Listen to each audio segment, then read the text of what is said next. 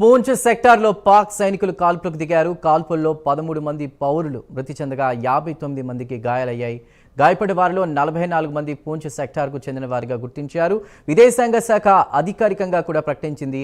ఎల్ఓసిలో కాల్పుల విరమణ ఒప్పందాన్ని పాకిస్తాన్ ఉల్లంఘించి కాల్పులు జరుపుతోంది. పాకిస్తాన్కు భారత ఆర్మీ గట్టిగా బుద్ధి చెప్తోంది. నిన్నటి నుంచి పూంచ్ సెక్టార్లో విచక్షణారహితంగా పాక్ కాల్పులు జరుపుతోంది.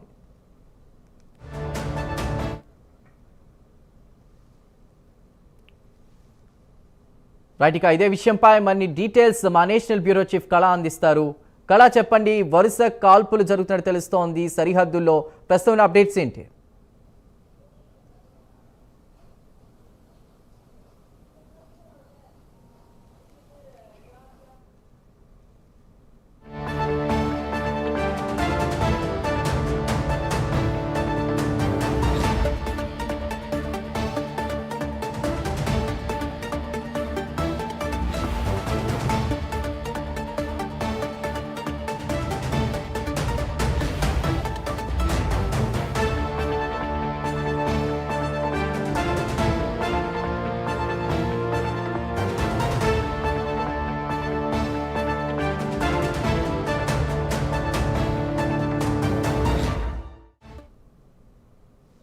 పూంచ్ సెక్టార్లో పాక్ సైనికులు కాల్పులకు దిగారు. కాల్పుల్లో 13 మంది పౌరులు మృతి చెందగా 59 మందికి గాయాలయ్యాయి. గాయపడిన వారిలో 44 మంది పూంచ్ సెక్టార్కు చెందినవారుగా గుర్తించారు.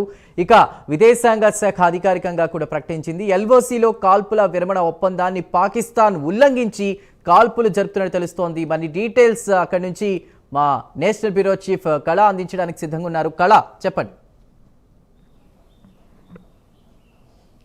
చందు, ఇప్పుడు మనము పూంచ్ సెక్టర్లో ఉన్నాము. ప్రస్తుతము దాదాపు ఏదైతే పాకిస్తాన్ నియంత్రణ రేఖను దాటి కాల్పులు జరుపుతున్నటువంటి నిన్నటి నుంచి కూడా ఏకదాటిగా కాల్పు జరుపుతుంది. మొన్న రాత్రి నుంచి కూడా జరిగినటువంటి సంఘటనలో దాదాపు ఇప్పటి వరకు కూడా 59 మంది గాయపడ్డారు. దాదాపు 13 మంది మరణించినట్లు కూడా మృతి చెందారు.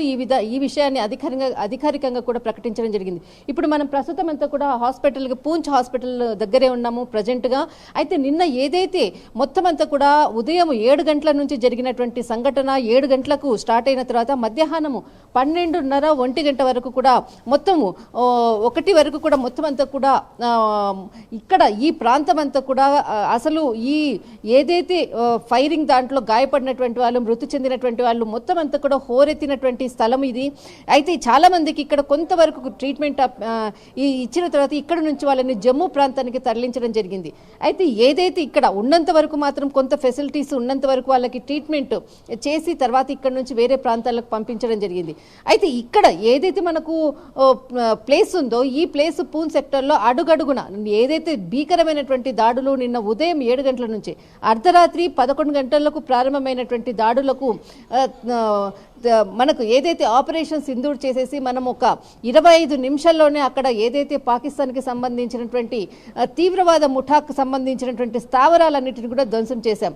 అయితే ఉదయం 7 గంటల నుంచి కూడా ఈ పూంచ్ సెక్టర్కు ఉన్నటువంటి ఏదైతే పబ్లిక్ ఏరియాలో సిటీలో మెయిన్గా టార్గెట్ చేసుకొని వీళ్ళు విధ్వంసం సృష్టించారు. దాదాపు ఇండ్లు, చాలా మటుకు ఇండ్లు, దాదాపు 10 నుంచి 18 ఇండ్లు ఇక్కడంతా కూడా ధ్వంసమయ్యాయి. మరికొన్ని షాపులు తర్వాత మనకు దాదాపు ఒక 12 నుంచి 17 షాపులు కూడా ధ్వంసమయ్యాయి. బస్సులు నిన్న ఒక 10 నుంచి 12 బస్సులు ఏదైతే బస్ స్టాప్ ఉందో అక్కడ కూడా ఫైరింగ్ అయ్యింది. ఆ ఫైరింగ్లో కూడా అక్కడ నిలిచి ఉన్నటువంటి బస్సుల్లో కూడా మొత్తం అంతా కూడా మొత్తం ఫైరింగ్ కావడంతో అద్దాలు మొత్తం అంతా కూడా ఇంజన్తో సహా కూడా ధ్వంసమైనటువంటి పరిస్థితి. అసలు ఒక భయంకరమైనటువంటి అంటే ఒక షాపులో షట్టర్ వేసుకొని లోపల ఉన్నటువంటి వ్యక్తికి కూడా ఆ బుల్లెట్ తూటాలతోటి లోపల షట్టర్ని కూడా దాటి అవతల ఉన్నటువంటి వ్యక్తులకు తాకడంతో ఇక్కడ ఒక అంటే బాగా ప్రముఖ వ్యక్తి అనుకోవచ్చు, అతడు కూడా చనిపోవడం జరిగింది. వాళ్ళ ఇంట్లో వాళ్ళ రోదన వర్ణనాతీతం. అసలు వాళ్ళు వెళ్ళి వాళ్ళని కవర్ చేస్తుంటే కూడా వాళ్ళు ఒకటే క్వశ్చన్ అడుగుతున్నారు, మాకు మీరు మీడియా ముఖంగా చేస్తున్నారు, మాకేమైనా జస్టిస్ వస్తుందా అని అడుగుతున్నారు. అసలు దానికి జవాబు చెప్పలేనటువంటి పరిస్థితి. అసలు ఇలాంటి సంఘటనలు ఇక్కడ అడుగడుగున పూంచులో కనపడుతున్నాయి. ఎంత వికృత రూపకంగా నిన్న షూట్ చేశారు, ఎంత ఫైరింగ్ చేశారు అసలు అందరూ కూడా ఫైరింగ్ చేస్తుంటే కూడా వాళ్ళ ప్రాణాలు కాపాడుకోవడం కొరకు దాదాపు ఒక 40 కిలోమీటర్ల వరకు పరిగెత్తినటువంటి దృశ్యాలు కూడా మనకి ఇక్కడ ఉన్నాయి. చాలా మంది మొత్తం ఇండ్లకి తాళాలు వేసేసి కట్టుబట్టలతో బయటకు వెళ్ళినటువంటి పరిస్థితి, అంత భీకరమైనటువంటి పరిస్థితి పూంచ్ సెక్టార్లో ఉంది. అసలు ఇప్పటికీ కూడా ప్రజలు ఇంకా కోలుకోలేదు. చాలా మటుకు మనకు 80% పూంచ్ ఖాళీ అయింది.